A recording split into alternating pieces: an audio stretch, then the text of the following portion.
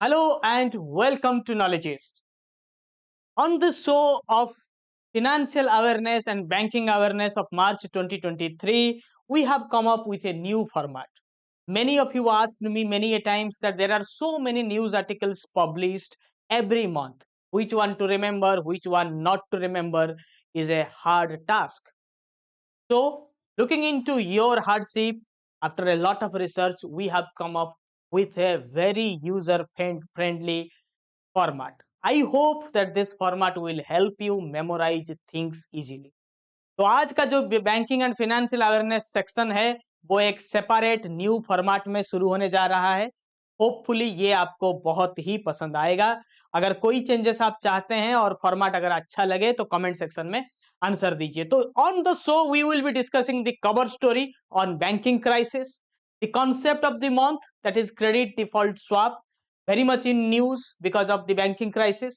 Again, the 2008 crisis and subprime mortgage, which is a basic thing for you to know when there is a lot of discussion about upcoming recession. Related banking and economic concepts, so that not only the banking and financial awareness of the month, you learn some more banking concepts. And we are launching segment wise banking and financial awareness like MOU and partnerships, appointment, merger and acquisitions, loans and investment, payments and digital settlements, product launch of various banks, etc. And at the end, top MCQ. I hope that today's session will be little lengthy, so we will postpone the top MCQs to a very separate session, right? So before that, if you have not subscribed to Knowledgeist, then do subscribe. So let's begin. Let's start. Now time is for the cover story. Before that, do join our dedicated WhatsApp and Telegram group link. And yes, here is the cover story of the month, that is the banking crisis, which has unfolded in US, Europe and throughout the globe. तो आज के नॉलेजिस्ट के special edition को हम शुरू करेंगे banking crisis का पूरा डिटेल्ड एनालिसिस के साथ और उसको रिलेट करेंगे 2008 के क्राइसिस के साथ। सेशन बाइलिंगुअल होने वाला है। पीडीएफ आपको मिल जाएगा क्लास खत्म होने के बाद, आप वहां से भी पढ़ सकते हैं। But before that I want your undivided attention towards this class. Yes, how all it began, the banking crisis of 2023. Here are some facts how the banking crisis has begun. If you don't find me useful on this system, let me hide myself. तो ये रहा facts आपके सामने, ठीक है। As and when the Fed tightens the monetary policy, the banking crisis unfolds historically. जब जब US के जो फेडरल रिजर्व है, जो जब अपना इंटरेस्ट रेट बढ़ाता है, तब तब रिसेशन आता है, ठीक है। ये हिस्टोरिकली प्रूवन फैक्ट है। और आपको पता है, due to severe inflation post covid era, the central bank across the globe, including Indian RBI, Federal Reserve, European Central Bank, the Bank of Japan, everybody is raising the interest rate, right? The raising interest rate is a concern for the banks. तो interest rate जब जब fade बढ़ाता है तब तब inflation sorry recession आता है, ठीक है। और इंटरेस्ट रेट कोविड के कारण से जब इन्फ्लेशन आया, बहुत ज्यादा इन्फ्लेशन हुआ, इन्फ्लेशन को कंट्रोल में करने के लिए भारतीय सेंट्रल बैंक्स ने अपना इंटरेस्ट रेट बढ़ाया, ठीक है। जब इंटरेस्ट रेट बढ़ा, बैंक के ऊपर एनआईएम में प्रेशर आया। What is NIM? Net interest margin, the difference between the cost of fund and cost of lending is called net interest margin. Cost of fund और कॉस्ट ऑफ इंटरेस्ट में जो cost of fund और cost of lending में जो difference है उसको NIM कहते हैं। जब इंटरेस्ट रेट बढ़ा, deposit rates are set to rise, right, because all the rates are repo linked.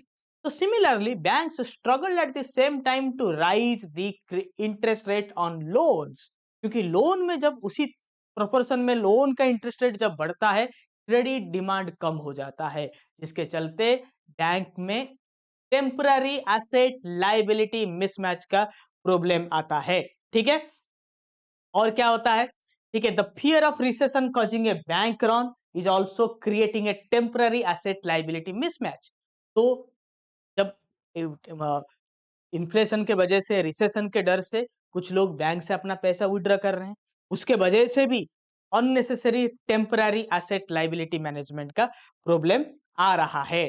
ठीक है, चलिए the synopsis of banking crisis, ये बिल्डिंग तो आप पता चल ही गया होगा ये बिल्डिंग को देखकर, क्योंकि ये बिल्डिंग बहुत बार न्यूज में आया है। The US federal reserve raised the interest rates causing banks causing bank portfolios to lose significant value, resulting in collapse of Silicon Valley Bank and Signature Bank। तो फेडरल रिजर्व ने interest rate बढ़ा दिया, उसी से घबरा कर लोगों ने विड्रॉ करने लगे अपना जो पैसा था। ठीक है, और एसबीबी और सिग्नेचर बैंक जैसे डिपॉजिट ओरिएंटेड बैंक में भी क्या हुआ, रॉन आने लगा। रॉन ऑन बैंक आपको पता है, what is Ron on bank? ठीक है, रॉन ऑन बैंक आपको पता है, जब लोग रॉस करते हैं बैंक के तरफ दौड़ के अपना पैनिक होकर अपना डिपॉजिट विड्रॉ करते हैं, उसको रॉन ऑन बैंक कहते हैं। Bank run occurs when many depositors withdraw funds from a bank in a short time due to concerns about the bank's solvency or liquidity। थोड़ा सा मैं बहुत ही लेमैन के लैंग्वेज में बनाया हुआ है ये पीपीटी को, फिर भी कहीं पर थोड़ा सा बैंकिंग कंसेप्ट है तो आप उसका आदत डाल दीजिए, क्योंकि ये जो ये जो स्पेशल एडिशन है ये बैंकर्स के लिए है और अपकमिंग बैंकर्स के लिए है, तो थोड़ा सा हाई लेवल में, बिगिनर्स टू हाई लेवल में हम पढ़ेंगे। ठीक है, regulators across the world are checking SBB exposure in their corporate and banking sectors, and the US government is trying to find a new buyer to take over the SBB's domestic lending portfolio। Insured deposits are funds held in bank और credit union that are protected by deposit insurance. तो जब ऐसे स्थिति होता है, government को bail out करना पड़ता है। गवर्नमेंट अपना पैसा लगा के, पब्लिक मनी लगा के जब बैंक्स को बैंक का बेल आउट करता है, तो बहुत सारा कंसर्न आ जाता है। ये जो डिजीज है ये कंटाजियस बन जाता है, ये फेल्योर कंटाजियस बन जाता है, दूसरे इंस्टीट्यूशन भी फेल होते हैं। तो उसके लिए क्या और उपाय हैं? जैसे भारत में डीआईसीजीसी है, उसी तरह से फेड जो यूएस है उसमें एफडीआईसी है। एफडीआईसी का फुल फॉर्म आप मुझे बताइए कमेंट सेक्शन में, मैंने बहुत बार क्लास में और शॉर्ट वीडियो भी इसके ऊपर बनाया था। ओके, तो बताइए। तो डीआईसीजीसी जैसे इंडिया में 5 लाख तक बैंक कस्टमर्स के डिपॉजिट को प्रोटेक्ट करता है, उसी तरह से एफडीआईसी भी यूएस में $2.5 लाख तक प्रोटेक्ट करता है डिपॉजिटर का। ठीक है, और उसके चलते, इसके फेल्योर के चलते क्रेडिट स्विस, डॉइच बैंक जैसे ऑर्गेनाइजेशन में भी टेंशन आने लगे। ठीक है, चलिए क्राइसिस एट लार्ज, और भी क्या क्या क्राइसिस होने लगे हैं, इसके चलते और भी दूसरे जगहों पर भी बड़े बड़े क्राइसिस होने लगे हैं। आपको मैं बता रहा हूं कि क्या क्या क्राइसिस हो रहे हैं। एसबीबी का पोर्टफोलियो डाउन हुआ, ठीक है, और उसके बाद क्रेडिट स्विस का फॉल हुआ। ये तो इवेंट ऑफ टाइमलाइन है, जब एसबीबी ने अपना बैंकरप्सी फाइल कर दिया यूएस कोर्ट में, तब बहुत ज्यादा कंसर्न हुआ। जो डिपॉजिटर्स के इंश्योरेंस, डिपॉजिटर्स इंश्योर्ड थे वो तो प्रोटेक्टेड थे, बाहर के भी जो beyond protected money, beyond insured money, उसको भी प्रोटेक्ट करने के लिए बाइडेन गवर्नमेंट ने अश्योरेंस दिया। उसके बाद थोड़ा सा क्राइसिस खत्म हुआ, तो एफडीआईसी ने बेल आउट किया। एफडीआईसी ने क्या किया? एफडीआईसी ने एसवीबी का जो पोर्टफोलियो है उसको फास्ट रिपब्लिक बैंक को बेचा। फास्ट रिपब्लिक बैंक को बेचकर वो बैंकिंग क्राइसिस को बचाने लगे। ठीक है, के बाद क्या हुआ? FDIC creates DINB to protect depositor Silicon Valley. FDIC क्या है? Federal Deposit Insurance Corporation as the receiver. तो एफडीआईसी ने अपना जो पूरा पोर्टफोलियो, पूरा इंश्योर्ड पोर्टफोलियो था सिलिकॉन वैली बैंक का, उसको उसने दे दिया National Bank of Deposit Insurance, National Bank of Santa Clara को, डीआईएनबी उसे कहते हैं, ताकि जो इंश्योर्ड कस्टमर थे सिलिकॉन वैली बैंक के, वो आसानी से अपना पैसा जाके विड्रॉ और ऑपरेट कर सकते हैं डीआईएनबी से। ठीक है, चलिए आगे बढ़ते हैं। Moody also downgrade Signature Bank to junk. Junk मतलब जोंक जिस बॉन्ड को या फिर जो फाइनेंशियल इंस्ट्रूमेंट को जोंक डिक्लेयर किया जाता है, वो इंस्ट्रूमेंट इंस्ट्रूमेंट बहुत ही अनस्टेबल होता है, उसमें रिटर्न मिलने का चांस बहुत ही कम होता है। ठीक है, जंक बॉन्ड यूएस में होता है, जिसमें जो कंपनी के रेटिंग्स खराब होते हैं, वो जो बॉन्ड इशू करते हैं उसे जंक बॉन्ड कहते हैं। रिटर्न तो हाई होता है मगर रिस्की रहता है। ठीक है, you got it. So now Moody downgraded the Signature Bank to junk and places 6 US banks under review. So that has raised the concern. Then comes the curious case of Credit Suisse, one of the globally systemically important banks. Credit Suisse has failed. ठीक है, और ये वही Credit Suisse है जो एक महीने पहले अदानी ग्रुप के जब फियास्को हुआ था हिंडनबर्ग के केस में, अदानी ग्रुप को अदानी ग्रुप के बॉन्ड को लेने के लिए मना कर दिया था, अदानी ग्रुप्स के बॉन्ड को जंक डिक्लेयर कर दिया था। ये वही ग्रुप है। ठीक है, मगर एक महीने के बाद पूरा सिस्टम ही बदल गया। समझ में आया? तो Credit Suisse a 167-year-old bank for ultra wealthy elite is experiencing turbulence uh, due to material weakness in financial reporting. अच्छा, क्रेडिट स्विस के केस में क्या हुआ मैं आपको कम शब्दों में बता देता हूं। क्रेडिट स्विस का जो फाइनेंशियल एनुअल रिपोर्ट रिलीज होता है उसमें थोड़ा बहुत गड़बड़ी था। तो जब क्रेडिट स्विस को पूछा गया, क्रेडिट स्विस के जो फाइनेंशियल रिपोर्ट हैं उसमें कंसर्न्स थे। जब रिशू रेज हुआ उसके बारे में, क्रेडिट स्विस ने कहा कि हमने तो कोई गड़बड़ किया नहीं है, बट हाँ, जो ऑडिट रिपोर्ट है वो कंप्लीट नहीं है, देयर आर मटेरियल वीकनेसेस। ये जो टर्म है उन्होंने यूज किया, एग्जैक्टली ये term, there are material weaknesses in our audit report, यानी कि कुछ तो सिस्टमिक लूप होल है जिसके वजह से पूरा का पूरा एग्जैक्ट डाटा थोड़ा बहुत इधर उधर हो रहा है, पूरा रिपोर्ट नहीं हो रहा है। और क्या बात थी, जब बैंक ने डिक्लेयर कर ही दिया कि हमारे सिस्टम में कुछ वीकनेस है, तो बाकी लोग उसके ऊपर भरोसा क्यों करें? It's a life lesson. जब आपको खुद अपने ऊपर ही भरोसा ना रहे, तब कोई दूसरा आपके ऊपर भरोसा क्यों करे? Self believe is always important. जब क्रेडिट स्विस ने ही डिक्लेयर कर दिया कि थोड़ा बहुत गड़बड़ी हमारे सिस्टम में है, जिसके वजह से राइट फाइनेंशियल रिपोर्ट बाहर नहीं आ रहा है, उसके बाद सारे लोगों ने, जितने भी लोगों के पास Credit Suisse related investment bonds थे, वो सेल ऑफ करना शुरू हो गया और क्रेडिट स्विस इतना बुरा हाल हो गया कि अपने ही दुश्मन के हाथों बिक गया। यानी कि it has been sold to its rival UBS in Switzerland. तो अपने राइवल बैंक के हाथों बिकने के लिए मजबूर हो गया।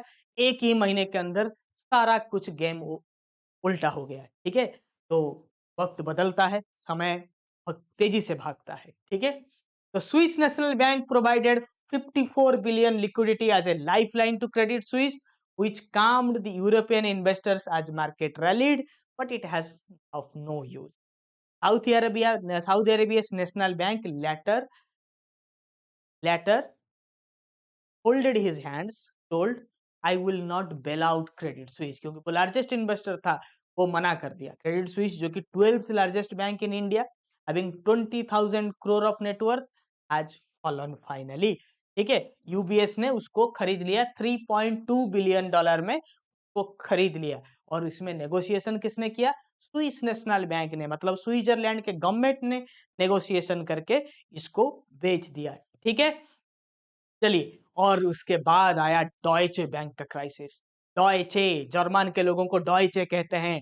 ठीक है, जर्मन का बैंक डॉयचे बैंक, और ये जो डॉयचे बैंक है जर्मन का सबसे बड़ा लेंडर है, सबसे बड़ा बैंक है। और पॉइंट नंबर 2, यूरोप का भी एक बहुत बड़ा बैंक है। Deutsche bank shares fail all of sudden. ठीक है, डॉयचे बैंक के जो शेयर्स थे वो ऑल ऑफ सडन फॉल होने लगे। उसका कारण क्या था? तो मार्केट में उसके रिलेटेड क्रेडिट डिफॉल्ट स्वैप थे, उसके प्राइस अचानक बढ़ने लगे। जब क्रेडिट डिफॉल्ट स्वैप का प्राइस बढ़ने लगा, लोगों में टेंशन होने लगा कि भाई कुछ तो गड़बड़ है।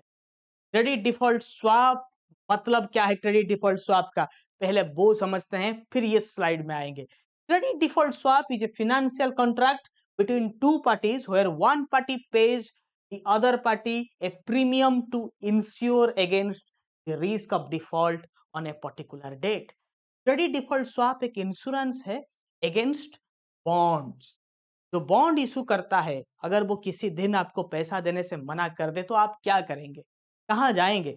अगर आपको ऐसा लगता है कि जिससे आपने बॉन्ड खरीदा हुआ है वो रिस्की है, तो आप क्या करते हैं, एक इंश्योरेंस कंपनी जो क्रेडिट डिफ़ॉल्ट स्वैप सेल करता हो, उसके पास जाके आप एक क्रेडिट डिफ़ॉल्ट स्वैप खरीद लीजिए। ये एक यूरोपियन और अमेरिकन कॉन्सेप्ट है, अमेरिका में बहुत ज़्यादा चलता है, तो आप कर लीजिए। मैं आपको पहले नेक्स्ट स्लाइड में लेके चलता हूँ, जहाँ पर मैं आपको डिटेल्ड एक मतलब एनिमेशन के द्वारा समझाऊँगा what is credit default swap.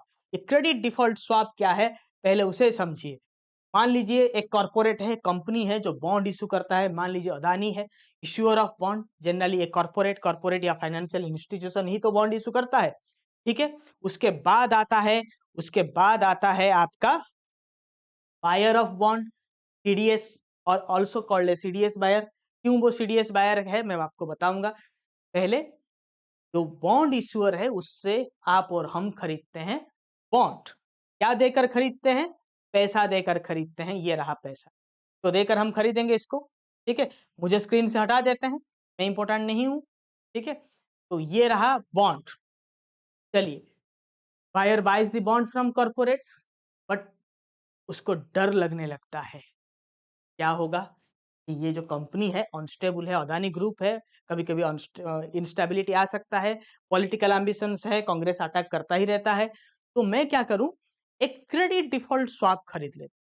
जब मैच्योरिटी के डेट पर अदानी ग्रुप मुझे पैसा देने पर मना कर देगा, मैं एलआईसी से जाके पैसा अपना ले लूँगा। तो मान लीजिए एलआईसी सीडीएस इश्यू करता हो, जनरली तो मुझे पता नहीं है, एलआईसी तो करता नहीं है इंडिया में, बाकी यूरोपियन कंट्रीज़ में, अमेरिकन कंट्रीज़ में ऐसा होता है। एक इंश्योरेंस कंपनी बॉन्ड का इंश्योरेंस प्रोवाइड करता है आप, ठीक है? Buyer insures their bond against default and pays a premium. मान लीजिए आपने 1 लाख का बॉन्ड खरीदा, आपको लगता है अदानी ग्रुप अनस्टेबल है, आपने 2000 रुपए दे के इंश्योरेंस खरीदा। मैच्योरिटी पर आपको 1,10,000 मिलने वाला था, ठीक है? अदानी ग्रुप ने मना कर दिया, पैसा नहीं है, नहीं देंगे, ठीक है? तब क्या होगा? वही सेम सिचुएशन, अदानी ग्रुप ने मना कर दिया, डिफ़ॉल्ट्स ऑन मैच्योरिटी, तो आप अपना जो प्रीमियम दे के जो इंश्योरेंस पॉलिसी खरीदा था आपने, उसको आप जाके क्या करते हैं, आप जाके इंश्योरेंस कंपनी यानी कि एलआईसी को देते हैं, भाई मुझे आज के डेट में 1,10,000 मिलने वाला था और अदानी मना कर रहा है कि नहीं देगा, आप मुझे अपना पैसा दीजिए। हँसते-हँसते इंश्योरेंस कंपनी आपको आपका पैसा दे देगा, ठीक है? This is called credit default swap. जब क्रेडिट में डिफ़ॉल्ट होता है, तब एक इंश्योरेंस के माध्यम से आप उसको स्वैप करते हैं, रिस्क को आप मिटिगेट करते हैं। इसे ही कहते हैं क्रेडिट डिफ़ॉल्ट स्वैप। समझ में आया पूरा माजरा क्या है, पूरा कहानी क्या है?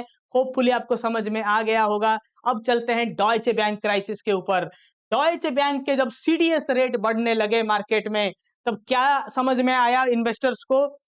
अगर इसके सीडीएस के रेट्स बढ़ रहे हैं, इसी इसका ये मतलब है कि डॉयचे बैंक अपने बॉन्ड होल्डिंग में, अपने बॉन्ड में डिफ़ॉल्ट कर सकता है, ठीक है?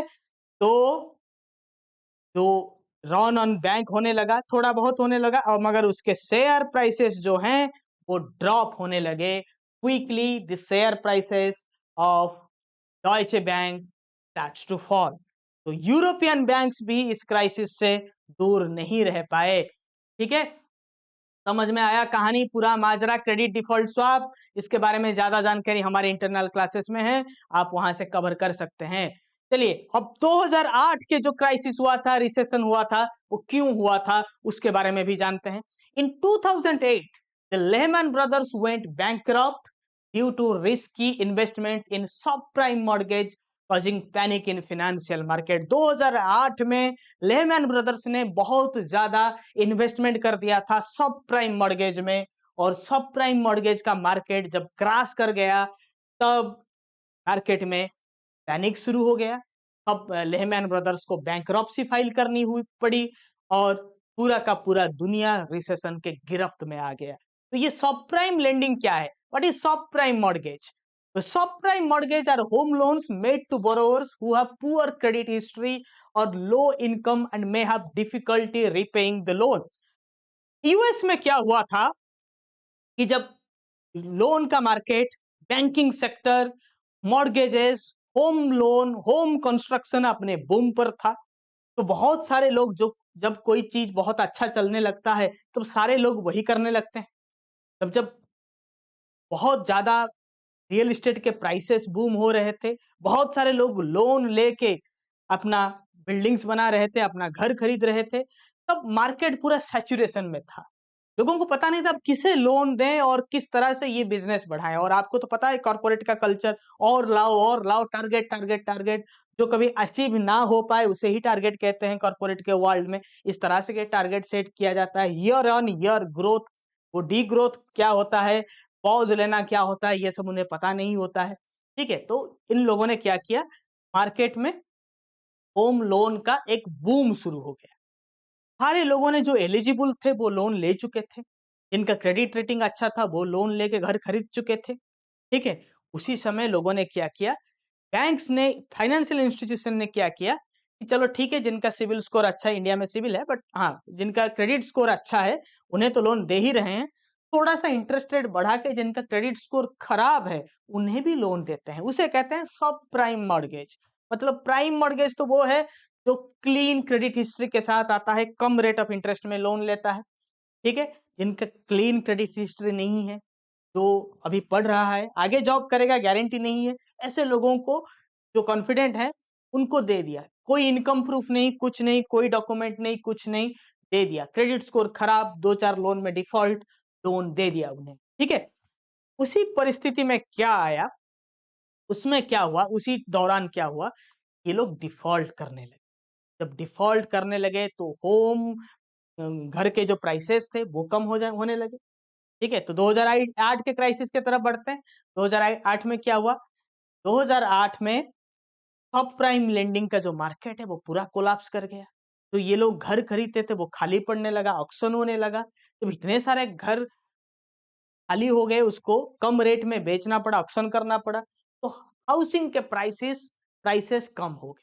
तो जितने इसके ऊपर लोन लिए थे, के ऊपर सीडीएस लिए थे, उसको एसवीपी, स्पेशल पर्पस व्हीकल में कन्वर्ट किया था। मतलब एसपीवी, जो लोन का पोर्टफोलियो है उसको सिक्योरिटाइज किया गया था।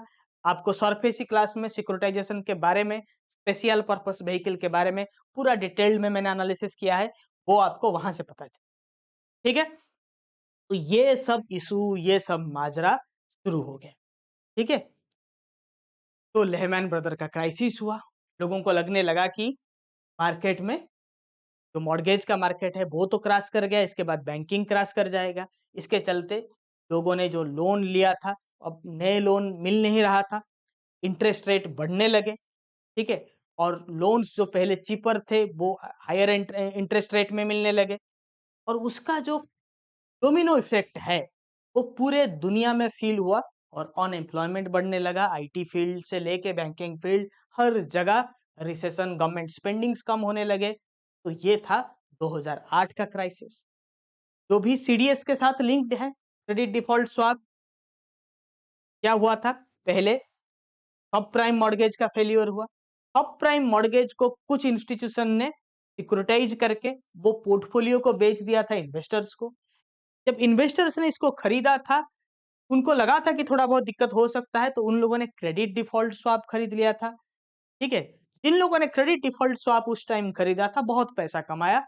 ठीक है, तो जब क्रेडिट डिफॉल्ट स्वैप में अब देके लोग इंश्योरेंस कंपनी से, जो यूएस का मेजर इंश्योरेंस कंपनी है, गवर्नमेंट इंश्योरेंस कंपनी है उनका, वो पैसा देने के लिए सीडीएस का जो अमाउंट है उसको ऑनर करने में असमर्थ रहा। तब जाके इंश्योरेंस कंपनी जब फॉल हो गया, कम यूएस को आके अपने ही इंश्योरेंस कंपनी को बचाना पड़ा, बेल आउट करना पड़ा। तब पूरे यूएस इकोनॉमी के ऊपर एक प्रेशर आया, इसको लगा कि US economy is not competent enough, और उसका डोमिनो इफेक्ट पूरे दुनिया में। ठीक है, ये था 2008 का क्राइसिस, बहुत लंबा क्राइसिस है, मैंने उसको कम शब्दों में आपको समझाया। ठीक है, और some of the biggest retail banking failures ranked by the value of their assets when they collapsed are, here are the examples: HBOC, HBOS United Kingdom, Washington Mutual, Silicon Valley Bank as the new one, Sachin LB Germany, Bradford Bingley, IndyMac. ठीक है, चलिए आगे बढ़ते हैं, नए segment में जाते हैं। और उससे पहले अगर आपने सब्सक्राइब नहीं किया है, kindly subscribe to now. And new segment, MOU and partnership. MOU on partnership में क्या क्या है देखते हैं। ठीक है, हमने इसको कम शब्दों में मोस्ट इंपोर्टेंट पॉइंट्स आपके लिए समराइज किया है, देख लीजिए, बहुत ही यूजफुल है और आपको आसान भी रहेगा याद करने के लिए। आईआरसीटीसी एचडीएफसी के साथ कोलैबोरेट किया है ट्रैवल क्रेडिट कार्ड इशू करने के लिए। Ujjivan Small Finance Bank Max Life के साथ पार्टनरशिप किया हुआ है। Axis Bank partners with ITC to offer rural lending products to farmers. Axis Bank also enters into a co-lending pact with Autotrack Finance through UB. Yes Bank and Aadhar Housing Finance enter into a co-lending partnership. ठीक है, कुछ और MOU और partnership. Yes Bank issues fast electronic bank guarantee in collaboration with NESL। Important हो सकता है, NESL involve है, government body, और ई बैंक गारंटी नया नया इशू हो रहा है। Yes Bank has issued its fast electronic bank guarantee in partnership with NESL to accelerate digitalization to enable ease of doing business for MSMEs. J&K banks, Jammu and Kashmir banks signs a corporate agency pact with Bajaj Allianz Life. South Indian Bank ties up with CBDT, Central Board of Direct Taxes, for direct tax collection from retail and corporate taxpayers. Geojit teams up with ESAP Bank to introduce three-in-one bundled account. IDFC Fast Bank partners with Crunchbase for offline retail payments. यही है जो कि इस महीने में, मार्च के महीने में एमओयूज और पार्टनरशिप साइन हुए हैं। ये 2 स्लाइड आप देख लेंगे, इससे ज्यादा आपको देखने की, जानने की जरूरत नहीं है। ये समराइज करने का हमारा एफर्ट आपको कैसा लगा, आप हमें कमेंट सेक्शन में जरूर बताएं। चलिए, एक और अपॉइंटमेंट्स, 3 ही मेजर अपॉइंटमेंट्स हुए हैं इस बार। क्या क्या हैं वो appointments? HDFC Bank recommends reappointment of Sasidhar Jagdishan as MD CEO for 3 more years. Citibank's Bhanu Bhora, head of commercial banking in India. Tablesh Pandey appointed the new LIC MD and he will be replacing Mr. BC Patnaik. ठीक है, चलिए, penalties and restrictions, 2 he penalty and restriction हमने पूरा segment wise कर दिया है आपके लिए, ताकि मेरे जो स्टूडेंट्स हैं उन्हें लोड लेने की जरूरत ना पड़े। RBI imposes restrictions on Musiri Urban Cooperative Bank due to financial deterioration, and RBI also imposes another 30 lakh penalty on Karur Vaishya Bank for non-compliance fraud reporting provisions. Digital payments and settlements में बहुत सारे development हैं, और आपको पता है exam point of view में digital payment और सेटलमेंट से बहुत सारे क्वेश्चंस आते हैं। UPI transactions deep after 7 months and it is down by 5%। ठीक है, मैं हाइड हो जाता हूं। The value of UPI transactions fell by 4.9% in February to 12.35 lakh crore, owing to a 6.6% reduction in the number of transactions to 750 crore. UPI transaction usually trend lower in February compared to other month, owing to fewer days in the month. February में दिन ही कम है, इसलिए ये सब होता है। ठीक है, चलिए आगे बढ़ते हैं। और क्या है डिजिटलाइजेशन के सेगमेंट में? न्यू लॉन्चेस इन यूपीआई। यूपीआई के दुनिया में 2 न्यू लॉन्च हुआ है। Axis bank launches UPI light for small value transactions worth ₹200 without using the UPI pin. बिना यूपीआई के पिन यूज किए एक्सिस बैंक के पोर्टल के माध्यम से यूपीआई लाइट के थ्रू आप ₹200 तक ट्रांजैक्शन कर सकते हैं। चाय बाय पिया, ये सब झंझट नहीं है, पिन लगाओ, ठीक है, बायोमेट्रिक होगा वो भी लगाओ, ये सब झंझट नहीं है, बिंदास। ठीक है, Canara Bank launches RuPay credit card through UPI. UPI के through RuPay credit card Canara Bank ने लॉन्च किया है इन कोलैबोरेशन विद एनपीसीआई। ठीक है, और सारे कस्टमर अपने इन जो रुपे क्रेडिट कार्ड है उसको यूपीआई में लिंक करके पेमेंट कर सकते हैं। और NPCI recommends 1.1% interchange fee on UPI over transactions of 2000 via prepaid payment instrument. ठीक है, NPCI has introduced an interchange fee up to rupees 1.1% on merchant UPI transactions using prepaid payment instruments such as wallets or cards from April 2023. The fees applies to UPI transactions over 2000 made to online, large and small offline merchants and to some categories subject to lower interchange fees starting from 0.5%. The interchange fee doesn't apply to P2P, phone to phone and mobile transactions between bank accounts and PPI wallets, but PPI issuers must pay a 15 basis point wallet loading service charge for loading over rupees 2000. Interchange pricing will be reviewed by NPCI by September 30, 2023. जब interchange prepaid instrument में आप phone पे से Google पे, वहां से WhatsApp पे, YONO पे, पॉकेट्स, इसको उसको दे रहे थे, वो थोड़ा सा अभी उसमें थोड़ा सा सरचार्ज लगेगा। इतना फ्री बहुत दिनों तक कोई चीज फ्री देता नहीं है। और एक फेमस कोट है, when it's free you are the product. ठीक है, चलिए मर्जर एंड एक्विजिशन के दुनिया में हुआ क्या है वो भी देख लेते हैं। Axis bank city bank merger is completed. Axis bank has completed the acquisition of city banks consumer banking business for a cash consideration of rupees 11,603 crore in a span of 7 months since the final approval from Competition Commission of India CCI। ठीक है, तो it has also acquired aggregate of net receivables of rupees 27,300 crore across credit cards, mortgages, personal loans, asset-backed finance, and small business loans. Axis Bank now has an aggregate deposits of rupees 8.9 lakh crore with a share of CASA deposit raising by 150 basis points। ठीक है, चलिए आगे बढ़ते हैं और आगे बढ़ते हैं। CCI approves LICMF's acquisition of management rights to IDBI mutual fund scheme। आपको पता है कि IDBI मर्जर के बाद, LIC के टेक ओवर के बाद बहुत कुछ चीजें इंटरचेंज हो रहे हैं। कंपटीशन कमीशन, CCI मतलब competition commission of India has approved LIC's mutual fund asset management acquisition of IDBI MF scheme management rights from IDBI asset management. ठीक है, तो वहां पे टेक ओवर हो गया। और क्या है, पीएनबी ने अपना जो मर्जर एंड एक्विजिशन का प्लान था उसको रोक दिया है, मतलब disinvestment process in Canara HSBC life insurance उसको रोक दिया है। ठीक है, as per the IRDAI regulations, the bank will continue to hold its stake as an investor subject to regulatory approval. The regulator had mandated banks to reduce their holdings in one life insurer to 10%।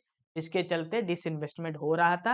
Medi Assist Insurance TPA, third party assistance मतलब TPA जो health insurance के scheme में होता है, तो acquire Raksha Insurance TPA news में ही है। तो अभी फिलहाल ये क्वेश्चन जब जो होने वाला है उसका क्वेश्चन आता नहीं है, जो हो चुका है उसका आता है, बट मैं फिर भी TPA के बारे में बता देता हूँ। Third party administrator is a body that processes insurance claims admissible under the mediclaim policy.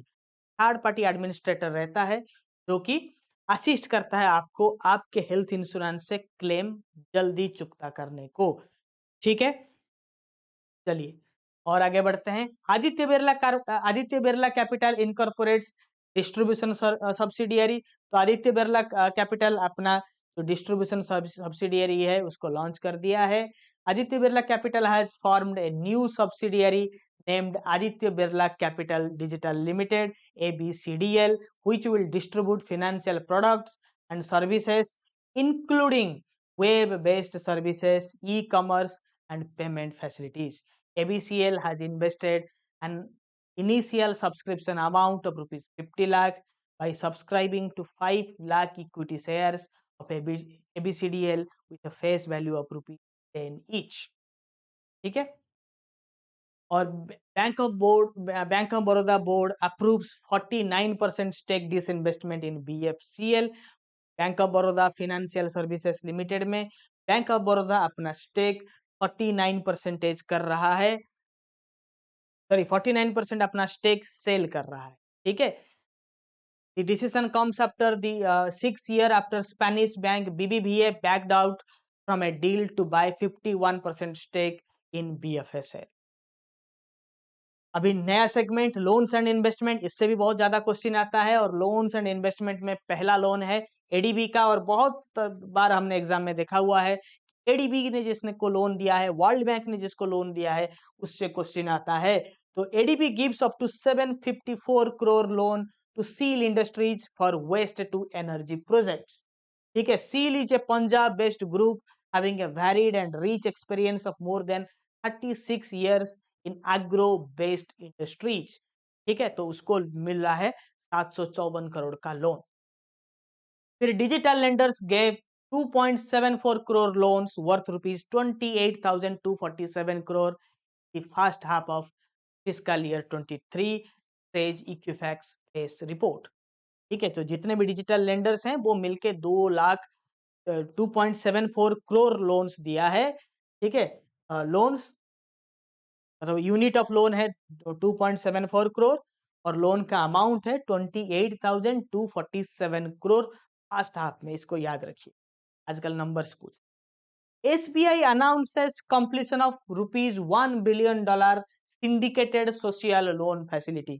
तो SBI ने अनाउंस किया है कि उसने पूरा अपना जो सोशल लोन्स प्रोवाइड वो करता है अपने ESG फाइनेंसिंग मॉडल में, उसमें उसने $1 बिलियन का लोन दे दिया है। तो दिमाग में आता होगा जरूर what is ESG loan. ESG loan stands for environmental social and governance loan. जो लोन किया जाता है बिजनेस और ऑर्गेनाइजेशन को to meet certain environmental social and governance needs, ठीक है। तो मतलब एक सोशल रिस्पॉन्सिबिलिटी टाइप का एक काम है। तो ESG लोन में $1 billion loan State Bank India ने दे दिया है, ठीक है। Mudra loan surpass last year's disbursal at 3.56 lakh crore, इस तरह के क्वेश्चन बिल्कुल आएंगे, ठीक है।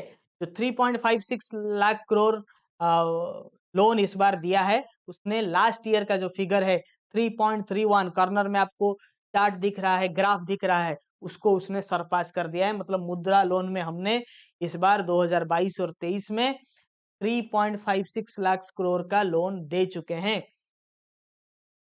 अब तक 3.48 लाख करोड़ डिसबर्स भी हो चुका है। लोन 3.56 सैंक्शन हुआ है, उसमें से 3.48 लाख लोन जो है हमने डिसबर्स कर दिया है पूरे बैंकिंग इंडस्ट्री ने, ठीक है। लास्ट ईयर ये फिगर था 3.31 करोड़, उससे पहले ये था 3.11, उससे पहले 3.29। इतना डाटा जानने की जरूरत नहीं है, इस साल का काफी है। PSU banks recover 14% of written off loans in last 5 years। जो लोन रिटर्न ऑफ हो ही चुका था, जिसका प्रोविजनिंग बैंक ने कर लिया था, ऐसे लोन से 14% रिकवरी भारत के पब्लिक सेक्टर बैंकों ने किया हुआ है। Public sector banks recovered only 14% of return of loans worth rupees 7.34 lakh crore in last 5 years as on March 2022. Out of that 7.35 lakh crore in written off loans, state-owned lenders recovered 1.03 lakh crore. NPAs are removed from banks balance sheet, ठीक है। और Indian banks gross NPA is likely to touch decadal low of sub 4%। ये होने वाला है, but एक news article है। तो जो एनपीए का परसेंटेज है पूरा डिकेड का 10 साल का लो को छूने जा रहा है, मतलब 4% से भी कम होने जा रहा है, ठीक है।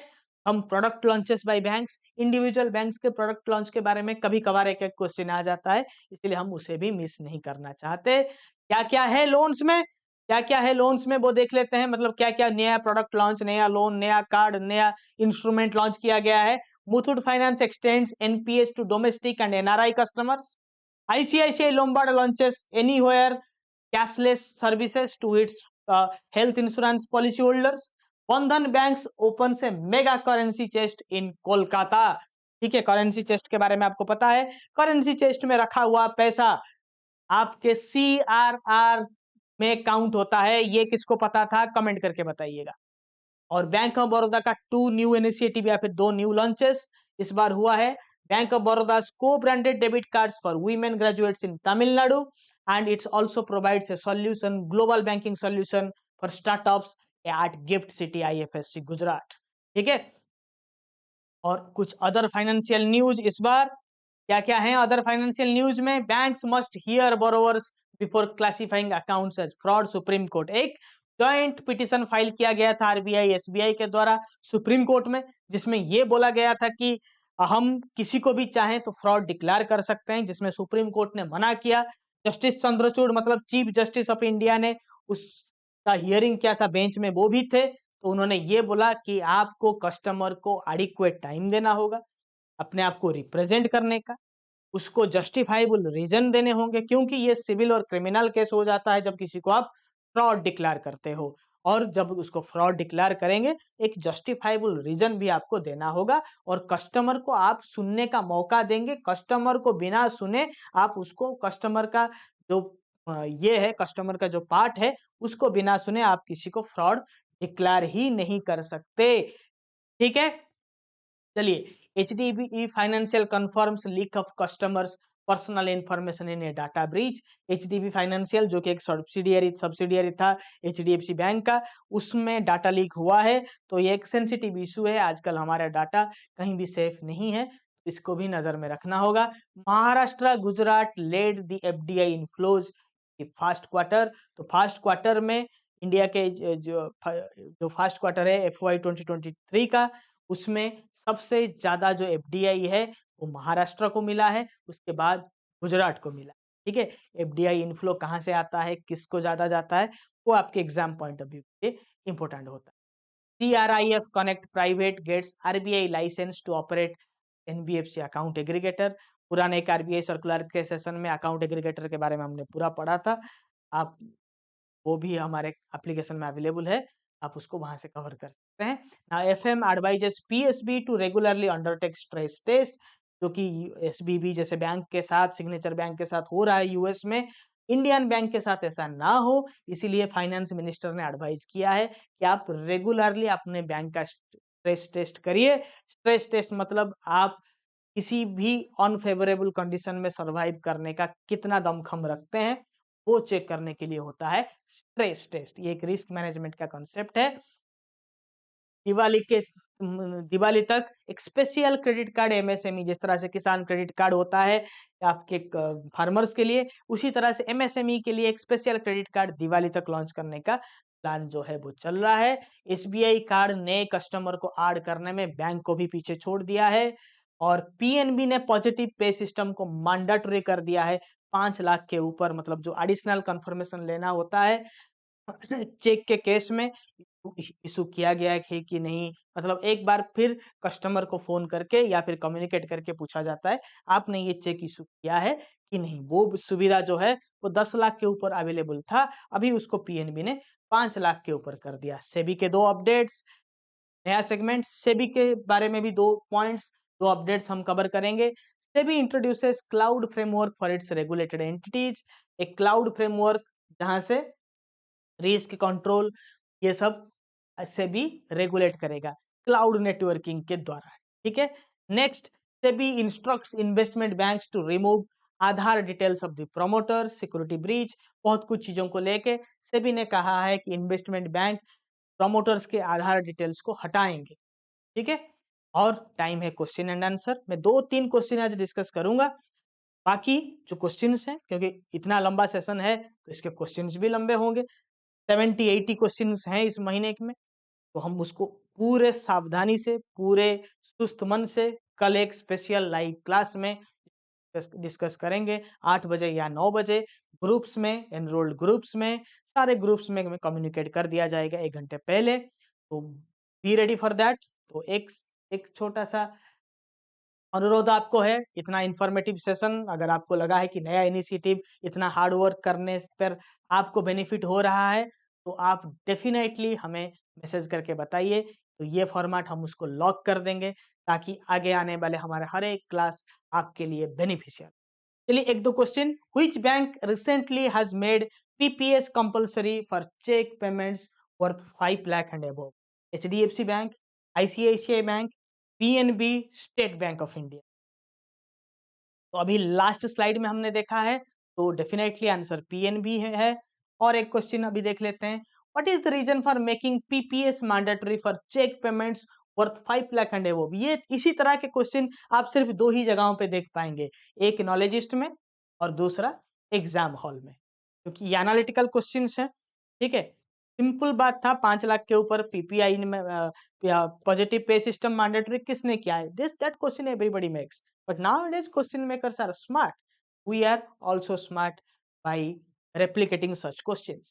चलिए, to reduce the amount of time required for check clearance, to ensure timely clearance of checks, to safeguard customers from fraudulent payment of checks, and to allow customers to transfer funds electronically.